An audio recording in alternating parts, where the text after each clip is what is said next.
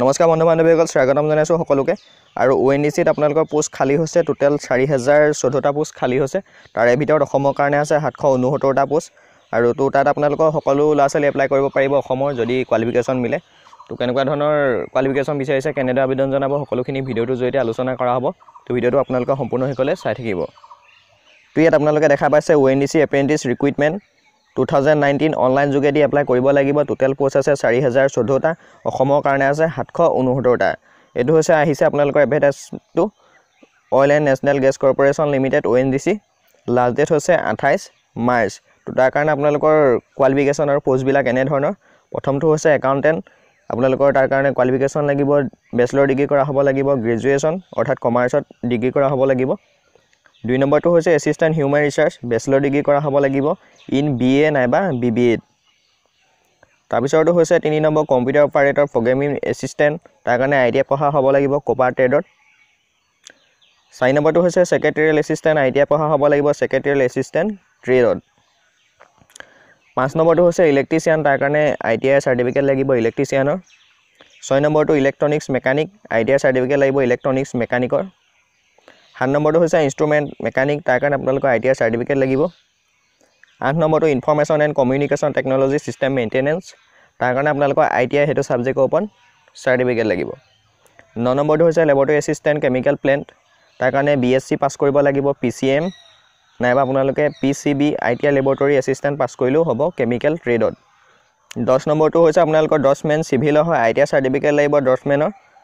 তাৰপিছত আহিলে ফিটাৰটোৰ কাৰণে ITI চাৰ্টিফিকেট লাগিব ফিটাৰৰ। মেচিনিষ্টৰ কাৰণে ITI চাৰ্টিফিকেট লাগিব মেচিনিষ্ট ট্ৰেডৰ।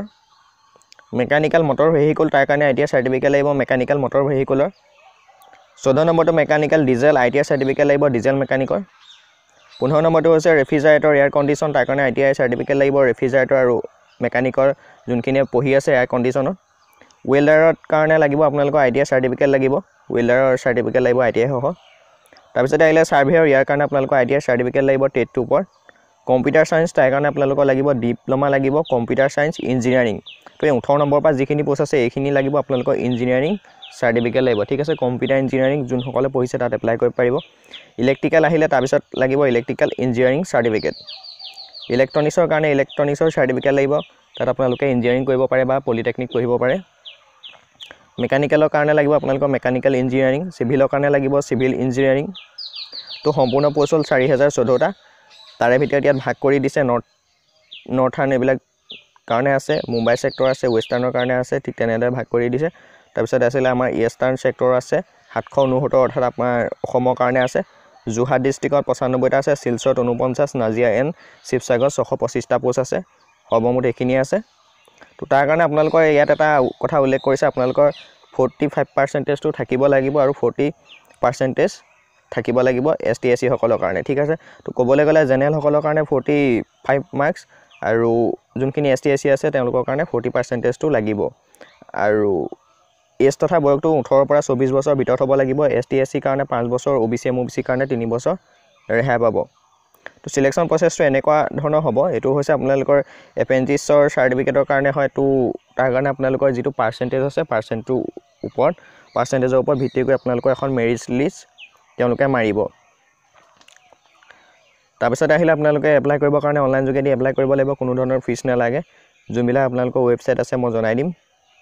হাউ টু এপ্লাই কৰিবৰ কাৰণে আপোনালোকে 14 মাৰ্চৰ পৰা এপ্লাই চলিছে, লাষ্ট ডেট আছে 28 মাৰ্চ। তো তাৰ কাৰণে আপোনালোকে ONDCapprentice.co.in আপোনালোকে সেই ৱেবছাইটটো ভিজিট কৰি এপ্লাই কৰিব পাৰিব। মই ভিডিঅ'ৰ ডিছক্ৰিপশ্যনত লিংকটো দি দিম, আপোনালোকে ইচ্ছা কৰিলে এপ্লাই কৰি ল'ব পাৰিব। তো তাৰ কাৰণে আপোনালোকে যিটো ইম্পৰ্টেণ্ট ডেট আছে, ইম্পৰ্টেণ্ট ডেটটো এপ্লাই চলিছে 14 মাৰ্চৰ পৰা আৰু 28 মাৰ্চৰ ভিতৰত আপোনালোকে এপ্লাই কৰিব লাগিব।